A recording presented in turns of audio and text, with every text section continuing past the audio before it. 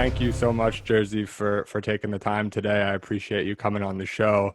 I first discovered you from Tim Ferriss' podcast when you went on with Naval. Actually, before that, it was just an episode with Tim and Naval, and they talked about their trainer, who they called Victor, who they couldn't say enough good things about, and then eventually they had the conversation with you. So I was able to learn more about you, and you're a world weightlifting champion, and you've got world records. You've got this happy body program, and helped coach the weightlifting team. I think you founded the weightlifting team actually at UCLA, and just have like a super fascinating story beyond the weightlifting itself. So if it's cool with you, would love to kind of start as early back as you're willing to go to hear kind of your story, because I know it's a super interesting one, back from even when you were a boy in Poland to everything that's brought you to where you are today. Yeah, well, thank you for having me. Well, my story is very rich, so you would need to spend probably lots of hours here in order to cover some of it. But I started in Poland, and I was born in 1954, and everything was, in a very poor family. My father was a steel factory worker and worked for 40 years. I remember he retired and got a watch, and that's how it was. We lived in a one bedroom apartment, actually. We had like 4 kids. They had 4 kids, and we all lived in these 2 rooms. But I've never felt like we needed more rooms. So it was, the family was okay. We were just poor. And I was going to school, and everything was good until I was about 15. I experienced a lot of bullying. So I guess weightlifting was one of the ways to help myself to get strong in life and build something that I was weak at, because I was short. So I was only 5'5". So boys in Poland Usually 5'10", 6 foot, and big boys even in the elementary school. But I built the power through Olympic weightlifting. I really loved Olympic weightlifting, and was really good at it, and fell in love with Olympic weightlifting. High school for me was really hard because I was always math, physics, and chemistry major. So Polish and history was something that was really hard for me to pass.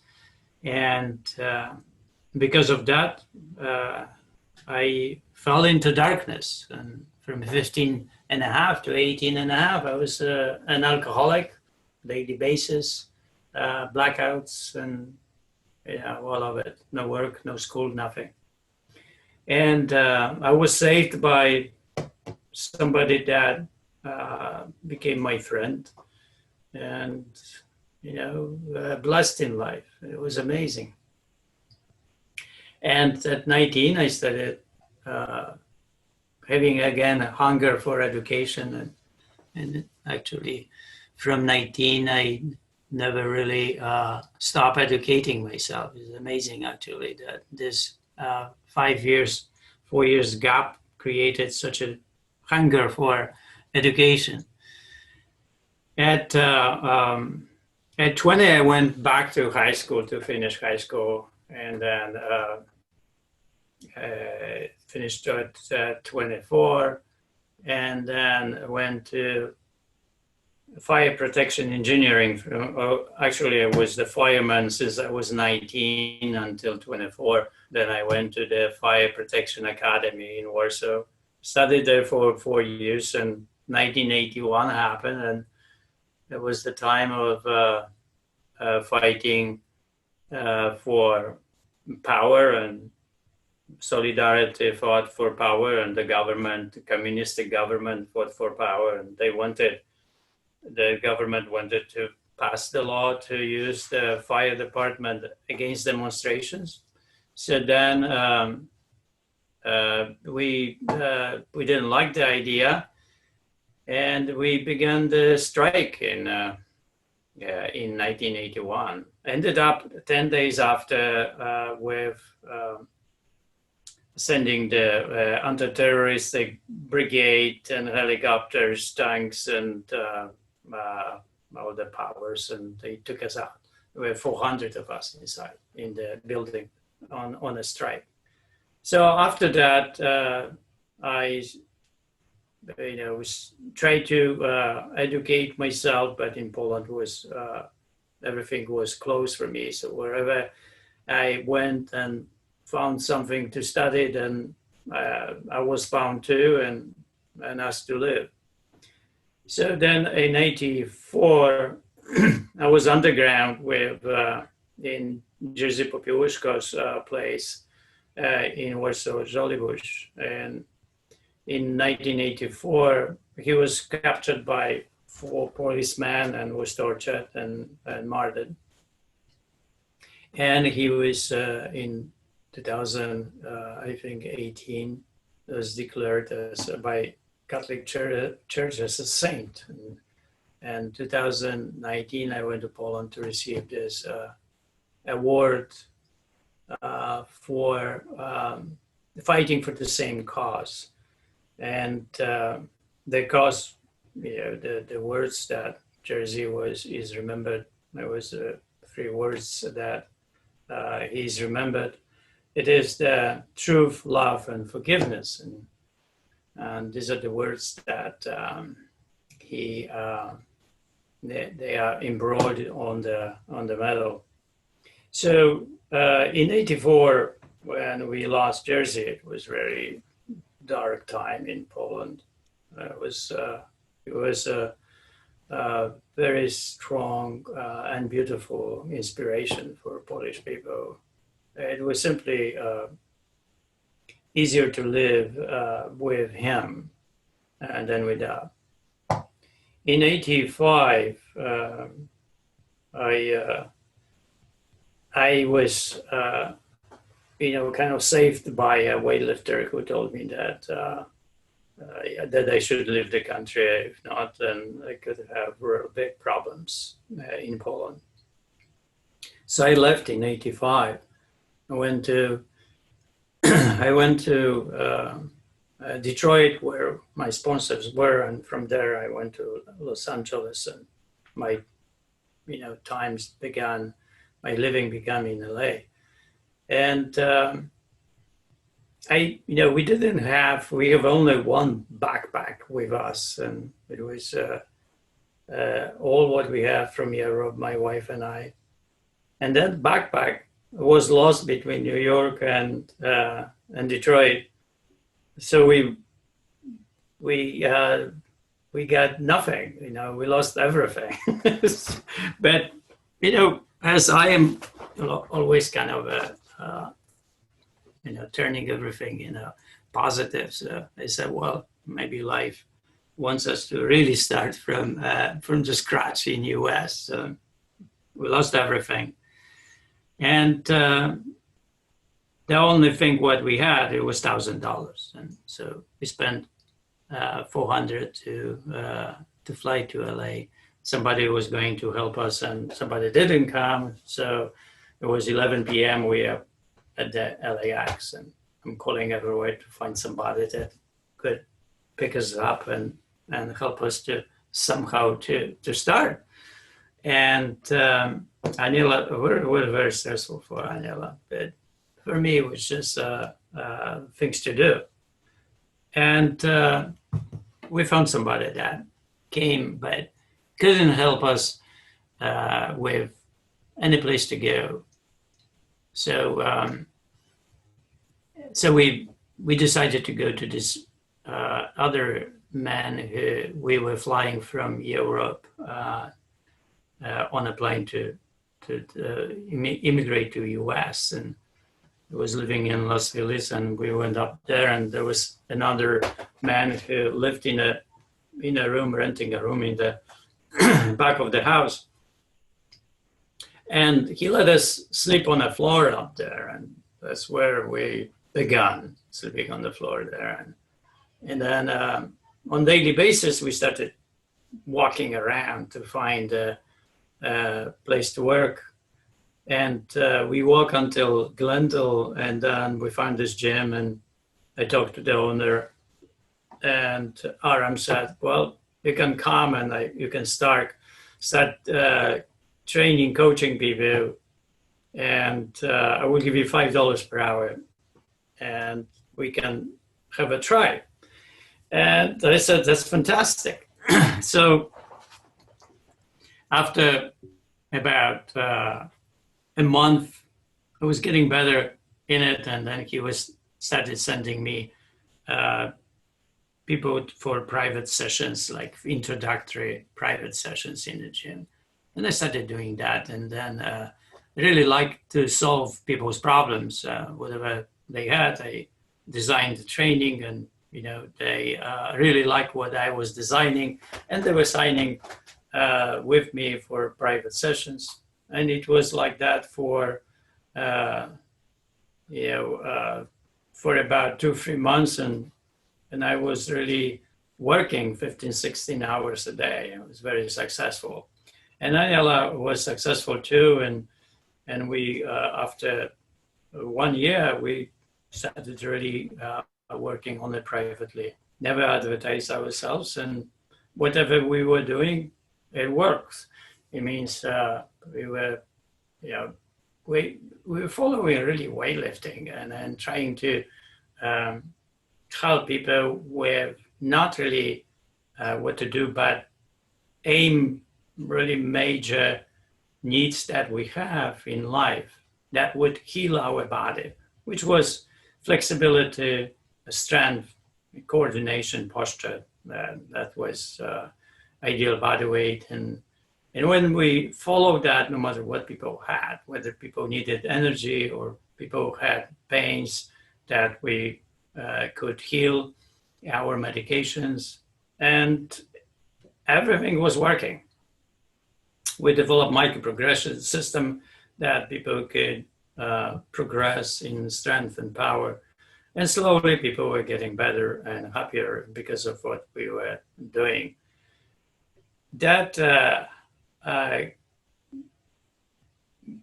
created the situation for us that we wanted to also pass something and put something into the book that would be guidelines for people to actually have standards of flexibility, strength, and power, and posture, leanness, and how to actually be that. And so we created a whole way of coaching around food, exercise, and meditation.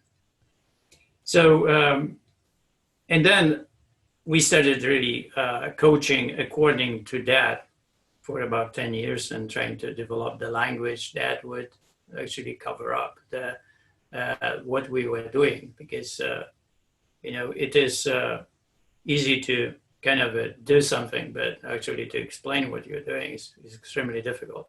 Actually, it took us another 10 years to explain that, and eventually we came out with a Buddha Happy Body, and had all the tools inside. First, it had the standards that we need in life in order to live the youthful and life that we could have it in our 80s and 90s, and could be in 100.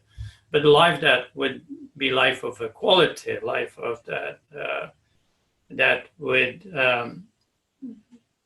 we could achieve on our own, even, right? That we would not need somebody. So in 2009, we published a book, and we thought that book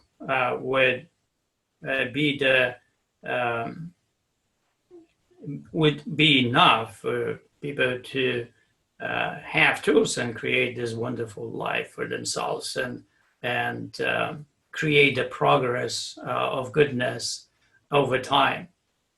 Well, as you know, that one thing is to know what to do, and the other thing is to deliver, to actually make it happen.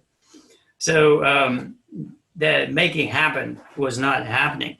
So we understood that there is a lot of mental work that we need to do, and we started creating philosophy of the happy body with fatalists and the master, and trying to see the choices and expose the choices when we make, when actually the hard choice is presented to us, and whether the fatalist wins or and the master, and because of that, our life is according to our choice. And definitely the need was there.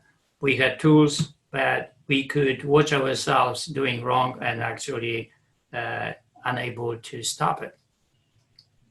So we reached to philosophy, to Stoicism for help. We reached to poetry, and we reached to playwriting and creating lots of books around philosophy of helping people to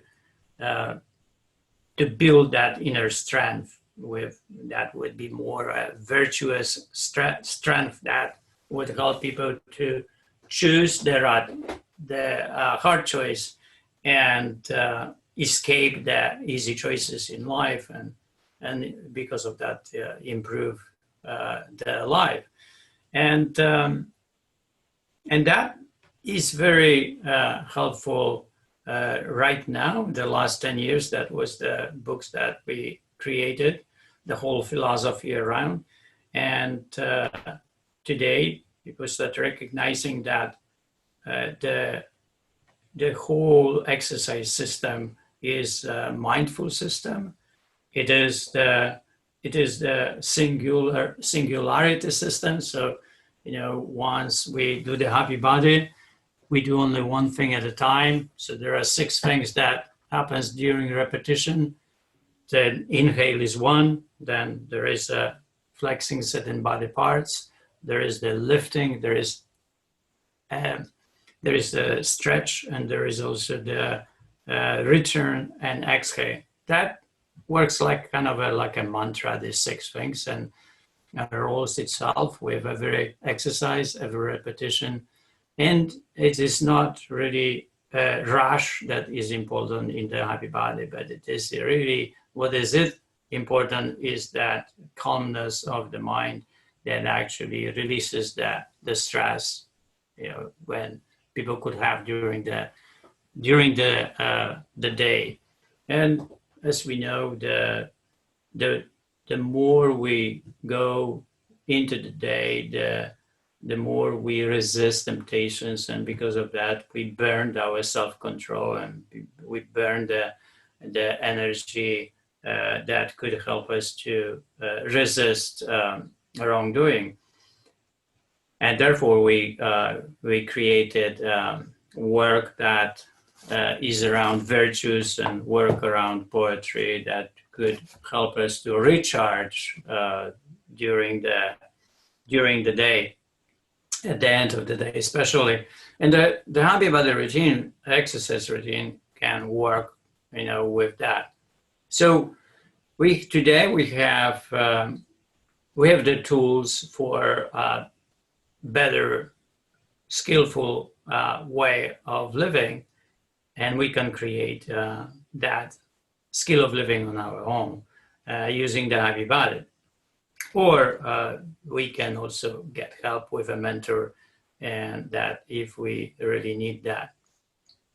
But the book is created with full transparency. So it's 100% transparency. So science is numbers, and every standard is in numbers, shown in numbers, beginning with flexibility and moving into the ideal body weight, leanness, and strength and speed and the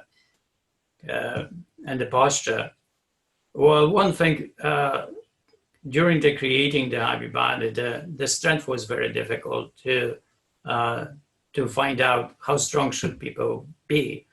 And I was at the World Championship in Melbourne in 2002, and I was watching this Australian lifter lifting. He was 8 years old, and Charlie Henderson, and then he could lift weight equals his body weight, and I was thinking, wow, 8 year old lifting uh, weight equals his body weight. And I was just thinking when we were, like when we were 14 and 15 and lifting the weights, and the other boys were 16, 17, and we were lifting outside of this apartment building and then trying to find out who is the strongest. And the strongest boys could actually lift weight equals the body weight. So I was watching 8-year-old, and I was just thinking, wow, he has the same power as we had when we were, in our teens. That's really amazing. And I thought that should be our standard. And I transcend all the numbers and created the exercise that actually would be equal with the strength necessary for that, created the standards and strength. And that was the last thing that we really needed. The leanness was also interested in as a standard, because that we can be 120 pounds and you can be 120 pounds and you can be obese. So let's say if you are 120 pounds but you have 30% body fat, that you are obese. So obesity is body fat percentage, and it is not really how big we are. You can be 100 pounds and obese, and I coach a lot of people who were 100 pounds and obese at the same time. So the leanness is important. So during the time of living, we lose our strength, we lose our muscle, and become more and more fat. And you can be 60 or 50 years old, and you can be 30, 40%, and you can be 100 pounds, and you can be obese. So it is important to know that. So how would you know that? The Happy Body tells you that. But for that, you need somehow to calculate body fat, and then see how your ideal body weight is according to your height. And then when you put together everything, you can find out what you need to do to get better. So all is about to getting better. When you have certain tools now what to do in life, and the tools that you will be using, if that tools have the purpose of making you better, then it's a hard choice, because becoming better means really to overcome certain levels that you are, and then improve yourself.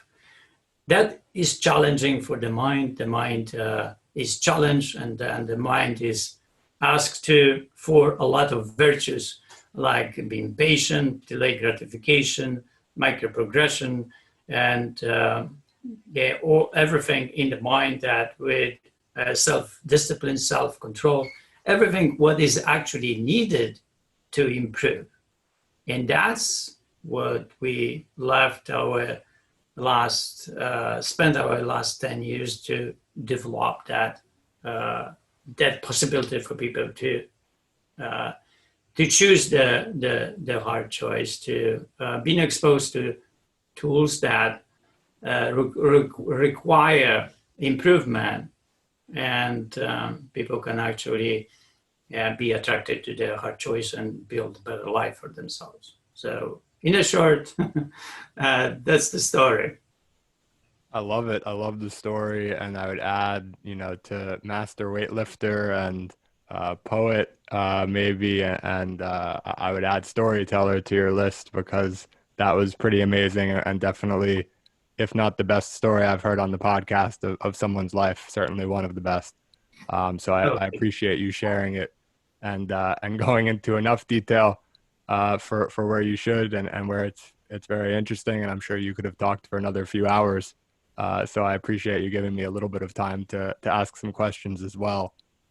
One thing I want to start with is you ended on this subject of, once you have the tools for improvement, it comes down to making hard choices. Just because you know what to do doesn't mean it will be easy. You have this quote, hard choices, easy life, easy choices, hard life. And I think this, parallels your comment on master versus fatalist. And, the hard choices quote is easier for me to understand. I'm not so sure exactly what you mean when you talk about master versus fatalist, but I get the sense that the fatalist is kind of that force that leads you to making the choices that you know are wrong. But in the moment, those are the choices that you make for whatever reason. Is that right? And can you talk a little bit more about how this fatalist can get the upper hand inside a person and what someone can do to kind of become the master? So after the publishing the book, I was working with my clients who were coming regular to our place once a week, and I noticed that they have tools and they have me there, and they still do the wrong choices, easy choices, right? And as I started really seeing the voices in them, that they have certain voices in certain different times. So and they suffer because of it. They suffer consequences of choosing what is wrong, right?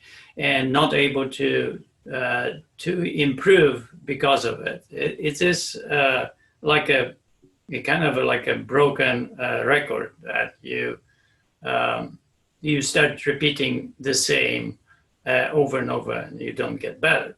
Because why? Because we are attracted to something what is easy at that time, or we have self-judgments and we start believing that we are not good enough, or we are stupid, or we did wrong, so we will keep doing wrong, and the negative choices are really horrible. Then we can start really complaining also that we are too old, and we are it's not for us, or the food industry is pounding on us, let's say, and we are these victims in the world. And this fatalistic lines and voices are very strong in us, and I noticed that. I started really writing stories of my clients, and then I created 3 books of Fatalist and the Master, and then I created dialogues that they were interrespond to different situations. Let's say you are at the dinner and there's a buffet dinner, and then you're exposed to the buffet dinner, but also you follow certain diet that can help you to, let's say, overcome diabetes, right? And then you set it up, and now how you respond to that is crucial for you, for your life. And then I responded to that, what happens in a person, from 5 different perspectives. First perspective is the fatalist, 100% fatalist, very powerful fatalist. And this one is always negative and always in complaining, it's always blaming and always very negative to itself. And this is, very unusual. This is the suicidal place in our life where we don't have any hope, zero hope, zero possibility to come out. Usually we are in that situation, we have to get the help from outside. Then that's just only one voice inside. Then there is a person that has 25% master voice and 75% fatalist voice. This is the situation when somebody says, oh, well, this buffet, let's eat a lot. And the other master says, it's 25%, so it's the voice, weak voice. He says, yeah, but if you have diabetes, maybe, we eat a little bit. Oh, come on, this is really a good day. Look, this is the buffet. We can eat a lot. So the master says, yeah, I understand. But, what about diabetes? I forget about diabetes, the fatalist says. It's very 75%, very powerful. And then follows what the fatalist want. So it can be that people are locked in this percentages when they live life, and they have very strong fatalist inside. And then there is a 50-50, a very interesting debater that we almost all of us live in this time where we want to do something, but also we have another voice not to do it. And then there is this struggle in us to actually and after the struggle, if the fatalist, of course, wins, then we do something what is not good for us, and the opposite when the master chooses. So now the war begins of the voices, and the purpose of these books that I wrote would be to outsmart the fatalists, and how to actually do it. That the whole dialogues I created. So at the end of the dialogue, how the master is talking to the fatalist, it then comes out with outsmarting the fatalist and doing what is right as a kind of a test. So then the next stage is when the master is 75%. This is the time when we are really aligned with what is good for us and what is right. And it is the fatalist is very weak, 25%. So these are the people that are very powerful in life, and then they do always what is good for themselves. So that would be somebody, let's say, when somebody is 20 years old and knows that will retire one day, and there's no problem for that one to have $100, a month to put into saving or investing or something like that. Or if somebody is, let's say, is overeating, then knows it's overeating, and it's easy for that one to stop doing that and correcting that. That would be 75% master.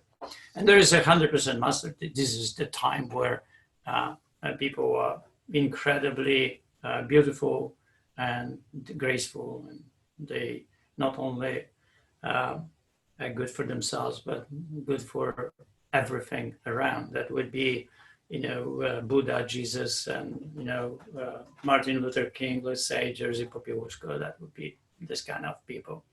So at the end, these books, because there are 3 books. One is dealing with mastering food choices, the second mastering exercise choices, and the third is mastering the rest choices, recovery choices.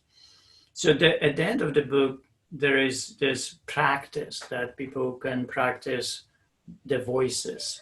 And once people start practicing the voices, they are more aware to find their own voice and the power of that voice, what's happening inside their mind. So that helps to identify who you are in a way. And then practicing writing, and then can help the person actually to end up with this 51% master versus, and then 49% of fatalists, and start really reversing the wrongdoing in life and building the progress of goodness. Then there is, of course, the at the end of the book, there is really uh, blank pages when you actually choose the scenarios that you want to respond to, and they start responding with different voices. The practice of these voices, creating possibility for the person to know the strength of the fatalist and the master, but also to recognize outside in everyone outside.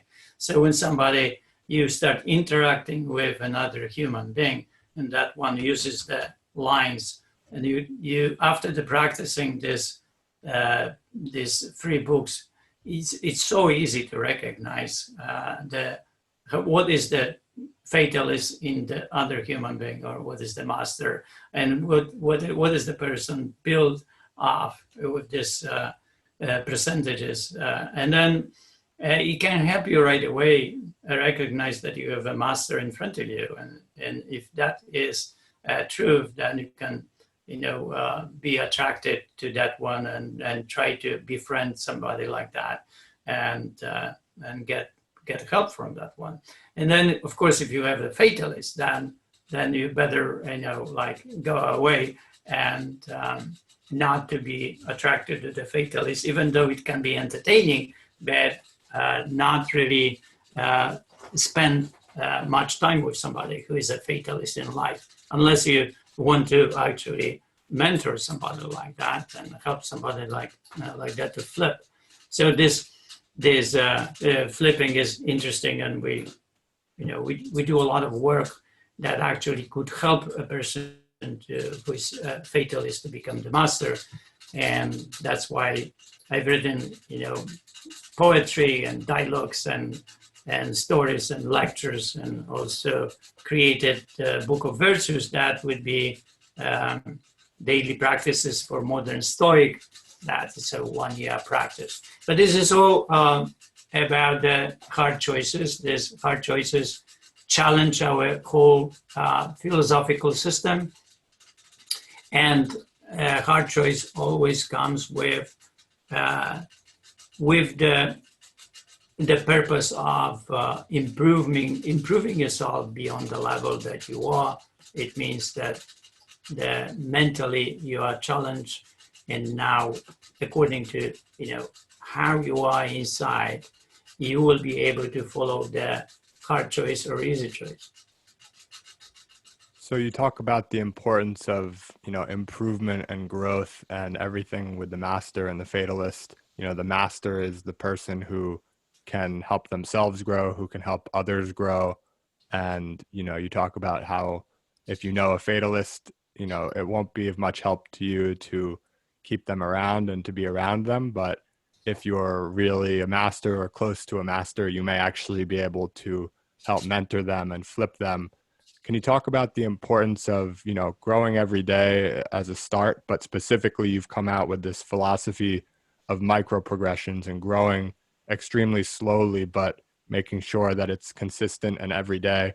And if you start, like me, like I'm in my 20s, if you start growing every day, no matter how small the growth is, as it compounds over time, you have a high likelihood to improve a tremendous amount over the course of the lifetime. When did you start to realize that slow and steady growth was the kind of key to consistent improvement, and how have you kind of instilled that in the people you mentor and the people you train? I think that I experienced that first time in Olympic weightlifting. That was the time when I went to a weightlifting gym, and there was this weightlifter who lifted about 350 pounds and above his head, and it was only like 130 pounds. And then dropped this down, and it was so heavy. But that was also I was supposed to lift in my life, and I went to this weight, and I couldn't even detach that from the ground. It was kind of impossible to live. I couldn't imagine that I will lift this weight in my life. It was just like crazy. And coach saw this and said, "Oh, don't worry, in 5 years you will be lifting this." And it's just in my mind, 5 years, it doesn't matter 5 years, 10 years, it was just like overwhelming, uh, overwhelming something to do in life, achieve something. But, 5 years passed, and slowly I was, monthly and yearly improving, getting better and stronger. And after 5 years, I lifted that way. So everything was achieved in 5 years, and the micro progression was really working, and coach was using that system to help me to live that way. That was the way impossible to really live. So there is in life I see that micro progression is extremely important, and if it is transparent, if it is something that you will write down, map it where it begins, and you will create small increments that you can do something in life, which is really, really hard to do, like lifting that way. So like I was talking about retirement, right? You probably don't have much money, or you think that you don't have enough, but that's already fatalist, right? Talking to you. So what is the fatalist? And it's a easy choice is something that is so much around, and it's easy because it's easy to do. It's easy to make. It doesn't require from us any improvement. Doesn't challenge us, mentally to become a better person at all. It's easy choice. So what's the easy choice? Easy choice is this voices that you have from the beginning of when you wake up, and it's always something that doesn't require to get better. So let's say you wake up, and instead of going to the gym, you say, "Oh, I will sleep." Okay, then you sleep. That's easy choice, right? And then you have the school that you didn't finish, homework that you didn't finish, and you don't. Then you go to the breakfast, and let's say you have diabetes, and then you want to eat cereal. Say, we'll eat cereal today. Fatalist, right? But that to eat something that would help you is the hard choice. So it's and you come outside, and it's really easy to complain about it's raining, and say, it's raining again. It's like or it's cloudy, or it's cold. So we began complaining, and once we began complaining in life, or self-judging that we are not smart, or we don't have time, or we are poor, or we are whatever, right? So whatever is negative. So if we do that, then we put ourselves down. So it is very devastating for our inner soul, right, or soul, or inner philosophy that we are. So therefore, is extremely important to if you want to come out of it, you have to pick up something. The hard choices. Why the hard choices? Because it requires self-discipline and self-control. It requires certain virtues. So the hard choice would be to resist yourself from saying, it is raining and I hate the rain. Yeah. So it would be something, and even though you do, you gotta say, oh, it's raining. And that's it. You don't have to say that you hate the rain or something. And then you deal with the rain. And if you do that, you will build your quality of believing in yourself from the perspective of the positive perspective, right? So, and it happens, all the time in life with the work. You go to work, let's say, and you drive, and it's somebody cuts you off, and then then you become negative about that. So all the easy thing is this all negativity that happens to us. And things happen to us, but we don't have to have a judgment on top of it. So um, learning how to hear the, let's say in meditation, we hear the bird, but we don't really think about what is the bird and whether the bird, whether the singing is beautiful or not. It really doesn't matter, right? So it comes through. We are aware, but we do not act on it. So that's the same way we need to learn to live life, that you are aware that you are aging, and you are aware that you are behind with the homework. You're aware of it, but you don't pass judgment on top of it. That's important, to deal with it in the present moment without, judgment on top of them. So how to do it? We need to really find people that they are positive, read books and that they are positive, read poetry, read lectures, read something that is positive always, and listen to people that they are positive, right? But that's a hard choice, to listen to somebody that's positive when you actually are constantly negative. Then it's really a hard choice. There was this psychologist that was very positive, Wayne Dyer, that I really liked, and I read his books and listened to his tapes, and it is listening to him was always feeding me something with goodness that eventually created, me, right? And when I think about, when I listen to, hundreds of people that way, that creates you. Another one was Thich Nhat Hanh.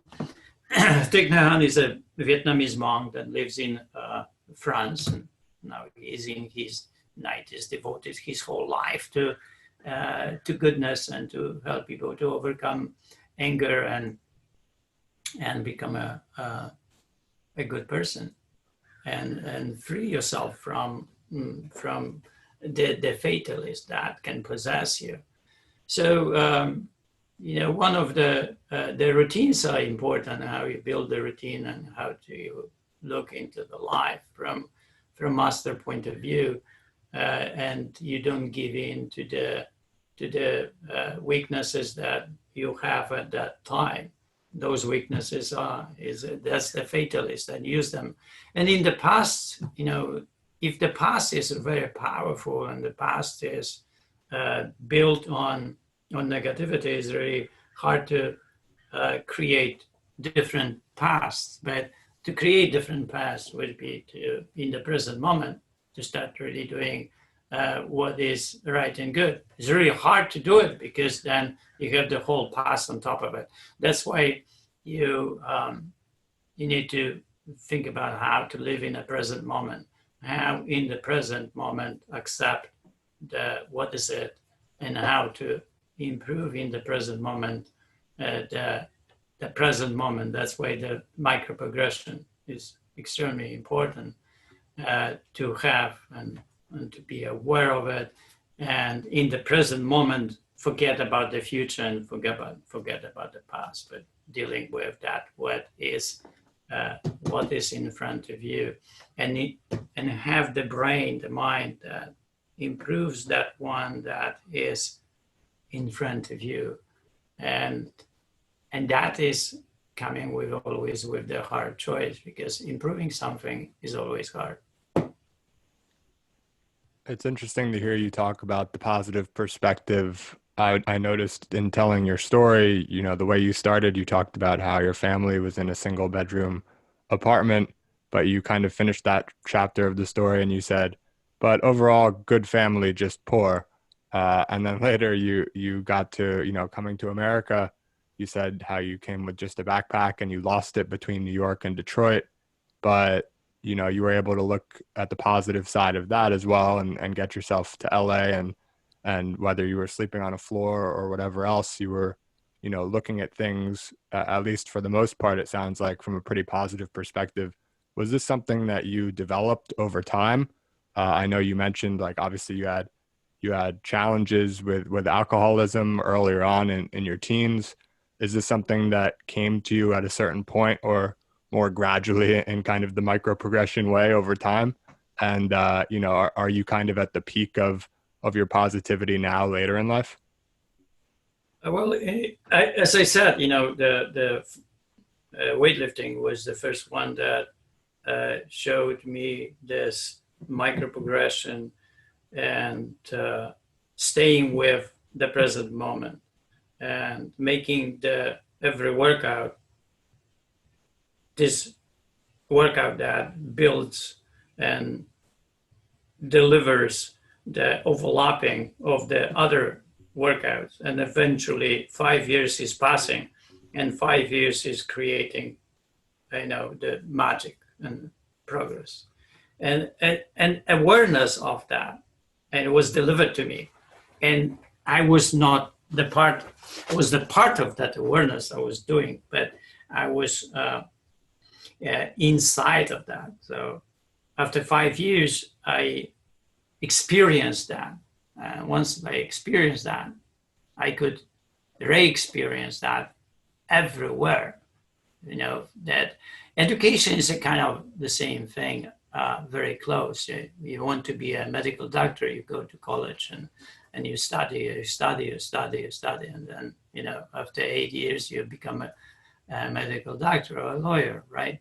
So education has this part, but that is a kind of something, the system, you are in the system that is creating. And in weightlifting, I was also in the system, but doing this to yourself, it's wow, that's a completely different story, because somehow you have to have this power, the strength in you, energy, to constantly pick up something what is really hard to do and control yourself on a daily basis.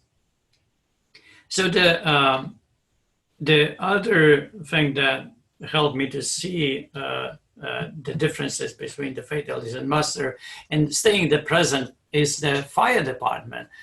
Fire department is a place where you deal with fires, and it's emergency. It is something that happens, and it's not micro progression. It is something that is instant, and you work with it. So then you have this present moment, presented to you, and the present moment is to react to it very fast and in a pragmatic way.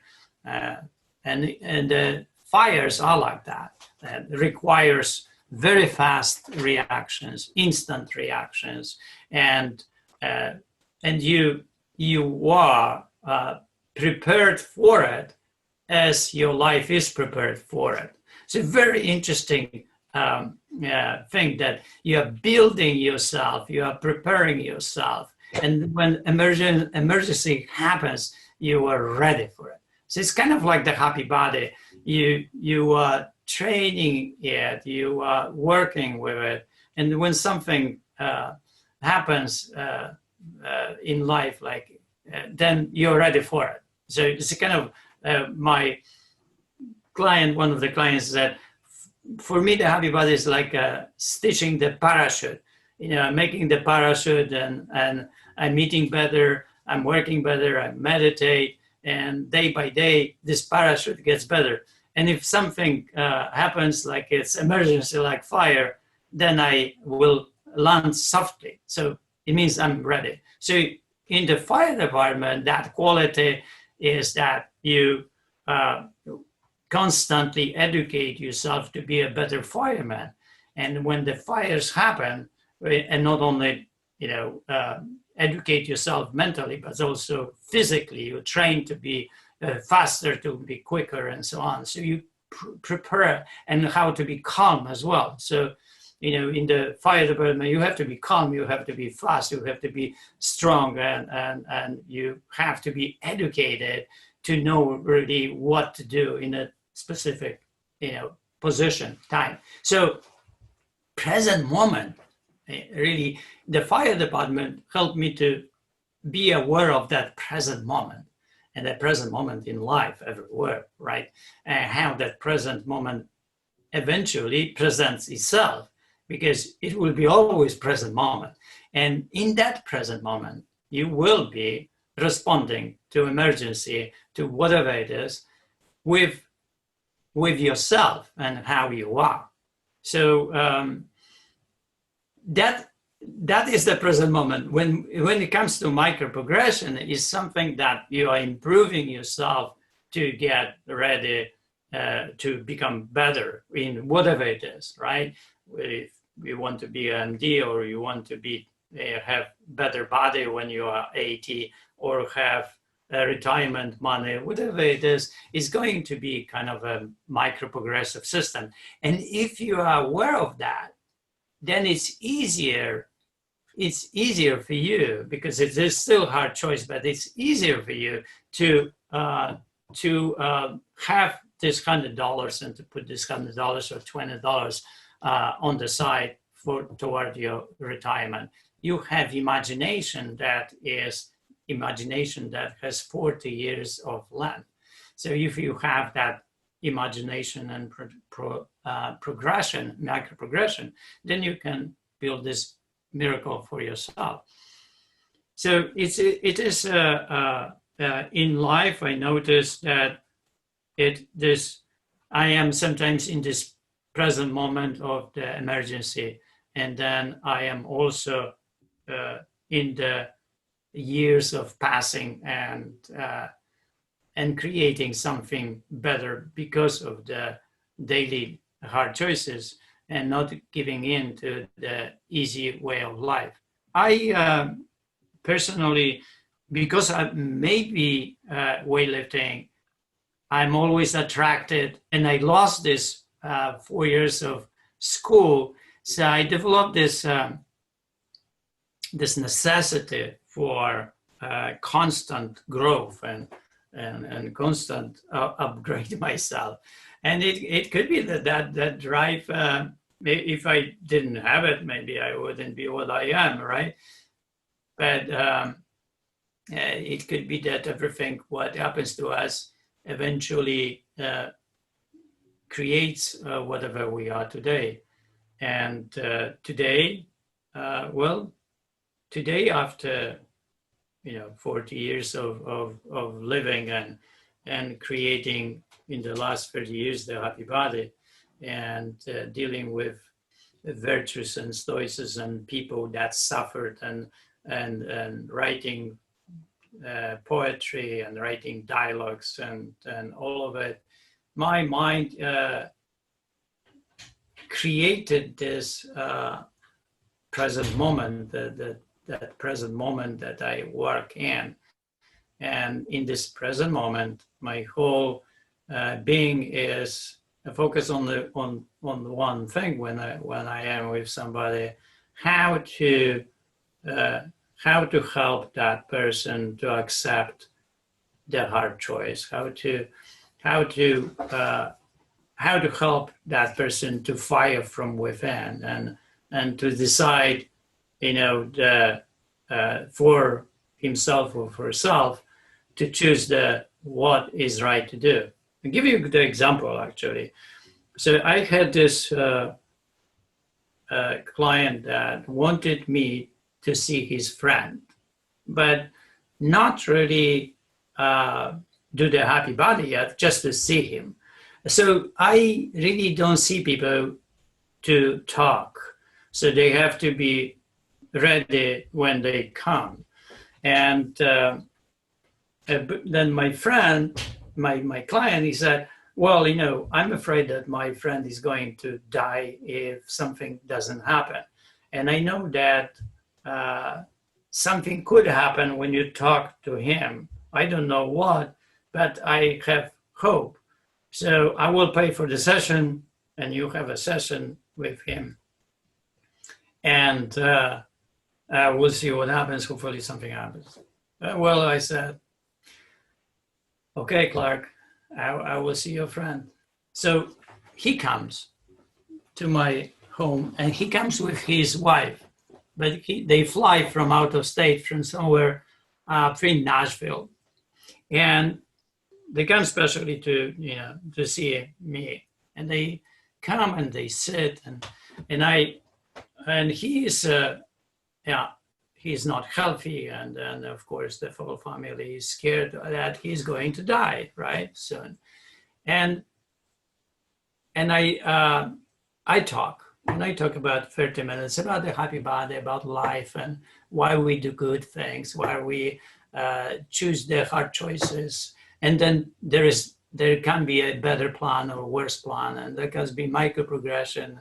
And it is good to, age gracefully and be, in our 70s, 80s, and be able to play with our grandchildren and be able to ski and surf when we are actually 90 years old. And after about 30 minutes, he looks at me and he says, I understand all of it, but I don't care.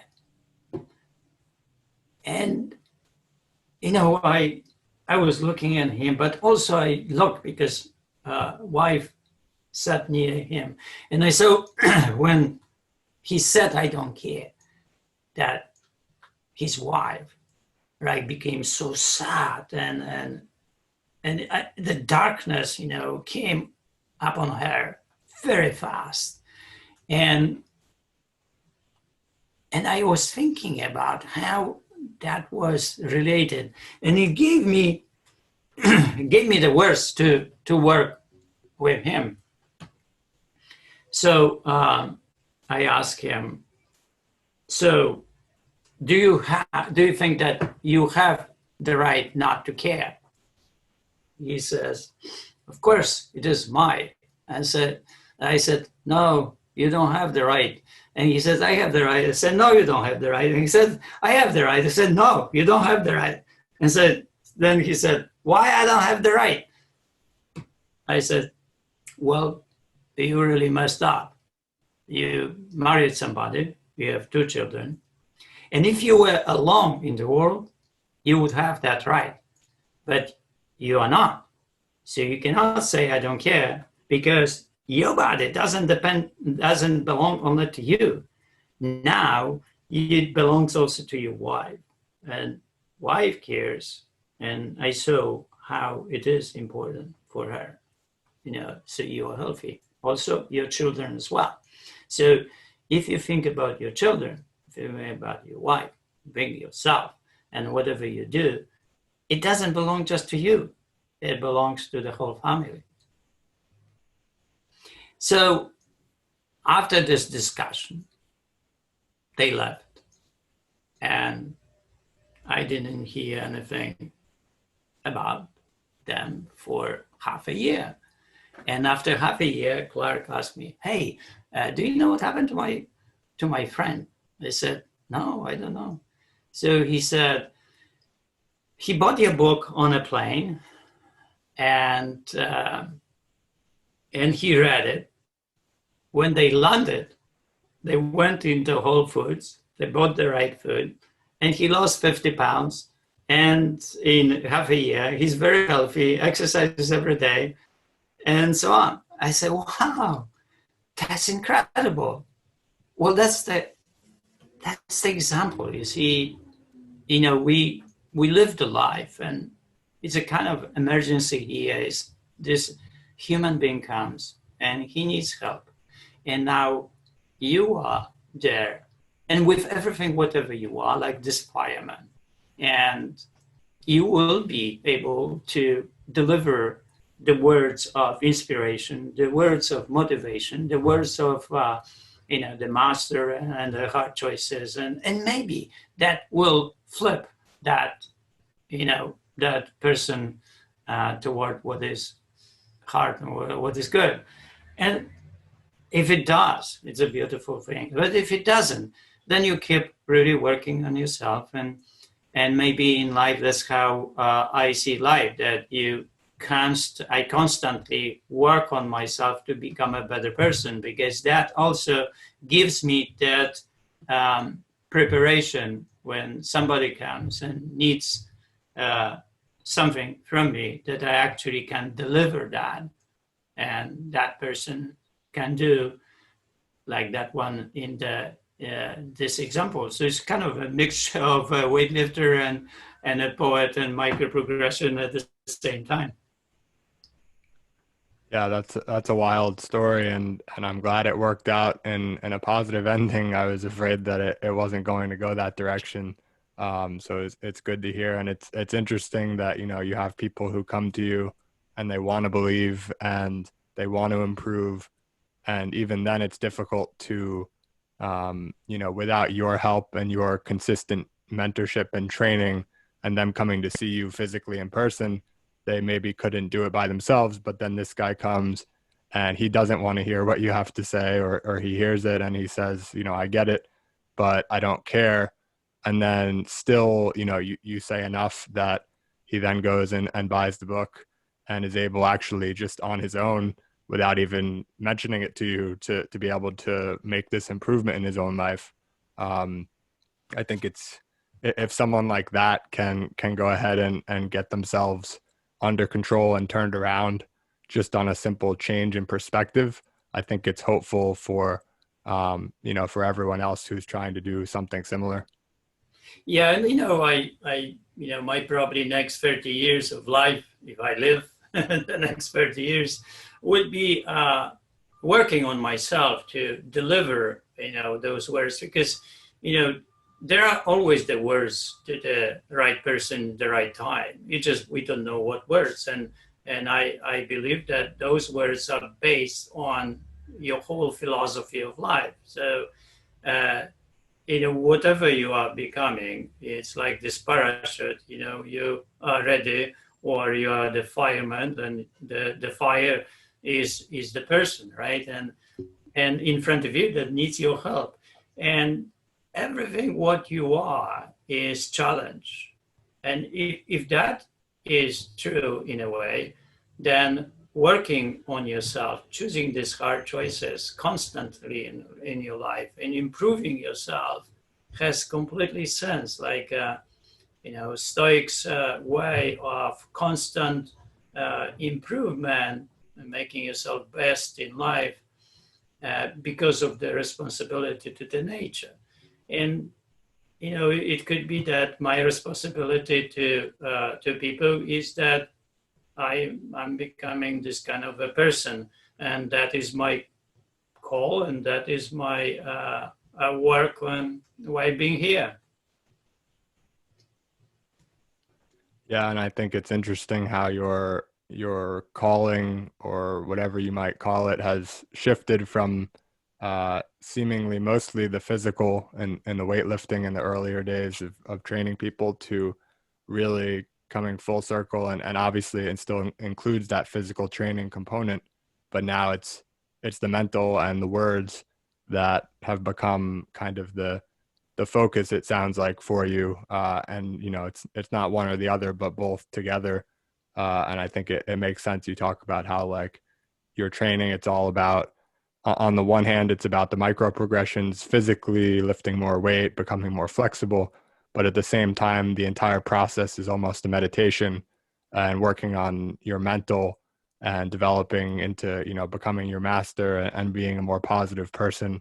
Um, it's just all very interesting, and it's been a pleasure to hear all of this from you today, and to hear you explain it in a way that I've read some of your work and listened to on a number of other podcasts, and haven't had this insightful of a listen thus far. And maybe it's just because it's my own podcast and I'm listening a little bit more intently, but it's been really, really cool talking with you. I know, we've already gone well over the time the hour that I scheduled. But I so appreciate you sharing the time today. And maybe, one day in the future, we can come on again and resume the conversation for a part two. Yeah, sure. What I want to add to that, what you said, that goodness is inconvenient. Yeah, it is something that doesn't happen to us automatically, like the opposite of that. And to deliver goodness, you really have to choose these hard choices. Tim Ferriss, when he was here, he said, I watched the microprogression. Actually, he named the microprogression. He said that what you are doing is microprogression. He gave me the words, what I was doing physically, like you said, but somebody has to give you the words. And he gave me the words for actually naming what I was doing. It was really cool. But also he said, you deliver, so you do certain things and you deliver. So there is a process that we are always in life and we do certain things. And this process needs to lead to progress and delivery of something that it needs to happen. And for all of that to happen, this whole you and the whole you of the other person has to somehow be involved with this virtues, the microprogression, and hard choices, and all of it has to be chosen in order to create that possibility for goodness to happen. So just in closing up, what is the best way for people to go and to learn more about your practice? Is it just to buy the Happy Body book and commit to that means of training? The best way is just to come to the happybody.com, the webpage, and read a little bit there. There's a lot of resources up there to start, and start with the Happy Body book and start creating for yourself that way of living. And then there are other books, and also I am available every noon.